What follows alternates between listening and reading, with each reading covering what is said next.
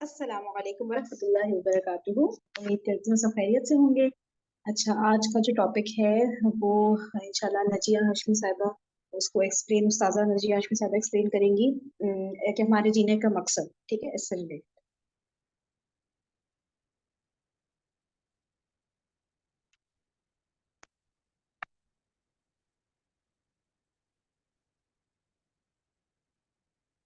آواز نہیں آ رہی نا؟ ایک سیکنڈ.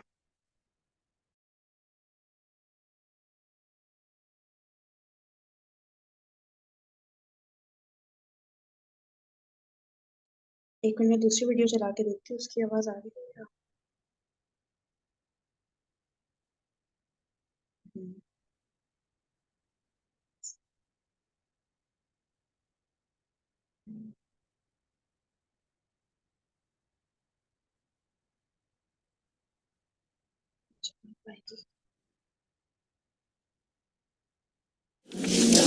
السلام علیکم ورحمۃ اللہ وبرکاتہ.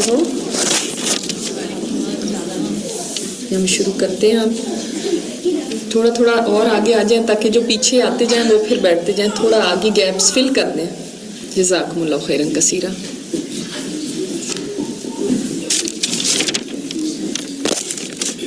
نحمده ونستعینه ونستغفره ونعوذ باللہ من شرور انفسنا ومن سیئات اعمالنا.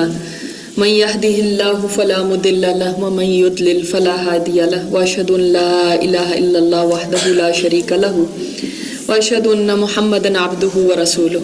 اما بعد فاعوذ باللہ من الشیطان الرجیم. بسم اللہ الرحمن الرحیم. اس دعا کے ساتھ شروع کرتے ہیں کہ اللہ تعالیٰ جتنے حاضرین مجلس ہیں اللہ تعالیٰ سب کو توفیق عطا فرمائے کہ وہ قرآن کریم کے سیکھنے والے بن جائیں، اس کے اوپر چلنے والے بن جائیں، عمل کرنے والے بن جائیں. جو جو آیا اللہ تعالیٰ ہر اس کا قدم قبول فرمائے اپنے راستے میں، اور اس کا اجر اس کو دنیا اور آخرت میں عطا فرمائے. انسان کو اللہ تعالیٰ نے اشرف المخلوقات بنایا، یعنی جتنی اللہ کی مخلوق ہے اس سب میں سب سے بلند مقام عطا فرمایا. اور اللہ تعالیٰ نے اس کو ایسی عقل، ایسی سمجھ، ایسی جسمانی ساخت عطا فرمائی کہ جو کسی اور اپنی مخلوق کو نہیں عطا فرمائی. اس لیے انسان کا مقام سب میں اوپر ہے. جب ہم کہتے ہیں اشرف المخلوقات تو جتنی مخلوقات ہیں ان سب میں بلند انسان کو بنایا اور فرشتوں سے اس کو سجدہ کروایا اور فرمایا وَلَقَدْ كَرَّمْنَا بَنِي آدم. ہم نے بنی آدم کو تکریم دی، عزت عطا فرمائی. آپ کبھی اپنے آپ کو اگر آئینے میں دیکھتے ہوں غور کیا کریں کہ رب کائنات نے، میرے بنانے والے نے کتنی خوبصورت کاریگری کی کہ ایک ایک عضو کو نوٹ کریں. آپ ناک کو دیکھیں، آنکھوں کو دیکھیں، بھووں کو دیکھیں، ماتھے کو دیکھیں، گالوں کو دیکھیں. آپ کو لگے گا ایک ایک چیز میں اللہ تعالیٰ کی کاریگری نظر آتی ہے، اس کی مصوری نظر آتی ہے کہ کیسے اس مصور نے ایک ایک بندے کے نقشے کو الگ الگ بنایا اور کتنا پیارا بنایا. اب اس سارے بنانے کے بعد انسان یہ سوچتا ہے کہ رب نے مجھے کیوں بنایا، کیوں اس دنیا میں بھیجا، کیوں جینے کا موقع دیا، کیا میرا مقصد ہے، میں کیوں یہاں پہ آئی. انسان کی عقل یہ تقاضا کرتی ہے، اس کو اللہ تعالیٰ نے اتنی زیادہ عقل دی ہے کہ وہ ہر چیز کے پیچھے دیکھتا ہے کیوں، کیا مقصد ہے. ظاہر ہے جو صلاحیتیں، جو عقل، جو سمجھ اللہ تعالیٰ نے جانوروں کو دی ہے اس سے تو دیکھا جاتا ہے تو انسان بہت بلند ہے. ظاہر ہے جس کو اتنا بڑا مقام دیا اس کا کوئی مقصد بھی بہت اوپر کا ہی ہوگا. تو سورہ زاریات میں اللہ تعالیٰ نے فرمایا وَمَا خَلَقْتُ الْجِنَّ وَالْإِنسَ إِلَّا لِيَعْبُدُونَ. ہم نے انسان کو اور جنات کو صرف اپنی عبادت کے لیے پیدا کیا. عبادت کا معنی کیا ہے؟